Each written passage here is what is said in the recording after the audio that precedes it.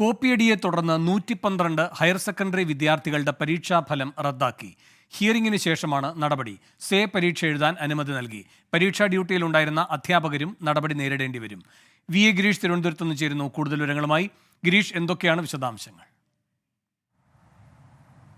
വേണു, ഇത്തവണ നടന്ന higher secondary പരീക്ഷയിലാണ് വ്യാപകമായ കോപ്പിയടി നടന്നു എന്ന് ഇപ്പോൾ സർക്കാർ വ്യക്തമാക്കുന്നത്.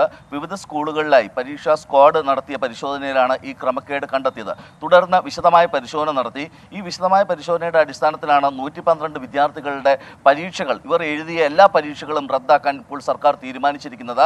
പരീക്ഷാ മാനുവലിനനുസരിച്ച് വളരെ ഗുരുതരമായ കുറ്റമാണ് ഇവർ ചെയ്തിട്ടുള്ളതെങ്കിലും ഇവരുടെ മാപ്പപേക്ഷ പരിഗണിച്ചുകൊണ്ട് ഇവർക്ക് സേ പരീക്ഷ എഴുതാനുള്ള അവസരമാണ് സർക്കാർ ഇപ്പോൾ നൽകിയിരിക്കുന്നത്. വിദ്യാർത്ഥികൾക്കായി നടത്തിയ ഹിയറിംഗിന് ശേഷമാണ് സർക്കാർ ഇത്തരത്തിലൊരു നടപടിയെടുത്തത്. ഈ 112 പേർക്കും ഇപ്പോൾ നടക്കുന്ന സേ പരീക്ഷ എഴുതാൻ ഇപ്പോൾ സർക്കാർ അനുവാദം നൽകിയിട്ടുണ്ട്.